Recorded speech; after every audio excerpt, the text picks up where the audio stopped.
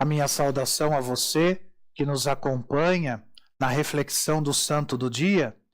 Hoje, dia 26 de fevereiro, o calendário litúrgico da Igreja celebra a memória de Santo Alexandre.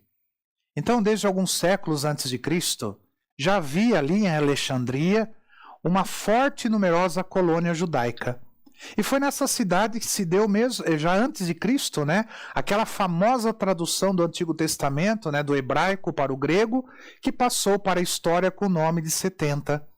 O cristianismo, segundo uma tradição, ele entrou em Alexandria com o evangelista São Marcos, que teria sido o primeiro bispo daquela sede. O bispo Alexandre, ele governou esta igreja entre os anos 312 e 326. É claro que nada se sabe da vida dele antes do seu episcopado, ao passo que é bastante conhecida a sua atuação como pastor, ainda mais que no seu tempo, o seu tempo foi marcado pelo nascer e o firmar-se da primeira grande heresia, que foi o arianismo. Este nome, arianismo, vem do seu autor, Ário, que era um sacerdote da igreja de Alexandria. Ário, ele começou a espalhar entre os fiéis, monges e padres, uma doutrina em que ele afirmava que somente o Pai pode ser chamado Deus, enquanto que Cristo é inferior ao Pai, distinto por natureza do Pai e, portanto, criatura, excelente, superior às demais, mas não divina e eterna. O bispo Alexandre, ele percebeu o veneno dessas afirmações e ademoestou o seu presbítero, mas tudo inutilmente. Ário continuava a divulgar sua doutrina. Então o bispo Alexandre convocou um sínodo de bispo, onde vieram mais de 100 bispos, que examinaram a doutrina e a reprovaram como contrária ao evangelho e à tradição da igreja.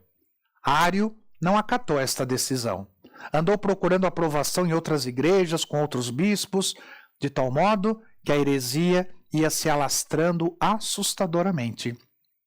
O patriarca Alexandre, ele enviou uma carta ao Papa Silvestre, expondo a situação e sugerindo a convocação de um concílio ecumênico que se realizou na cidade de Niceia, na Ásia Menor, no ano de 325.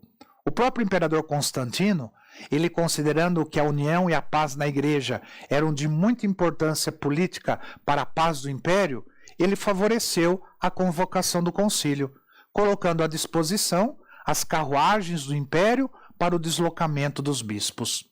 No concílio de Niceia, o patriarca Alexandre, ele foi a figura de primeiro plano, junto com os representantes do Papa.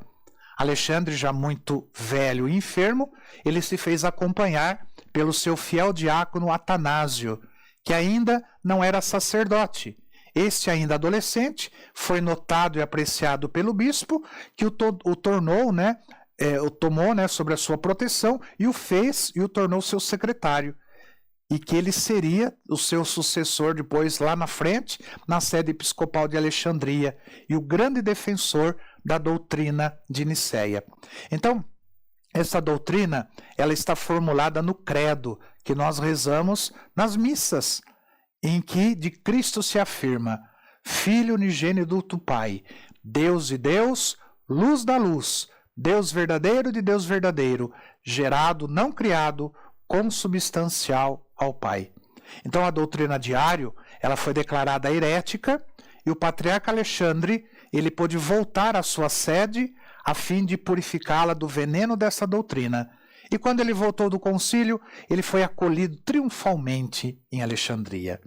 Este foi um árduo combate, que a igreja venceu graças à fé inabalável de Alexandre.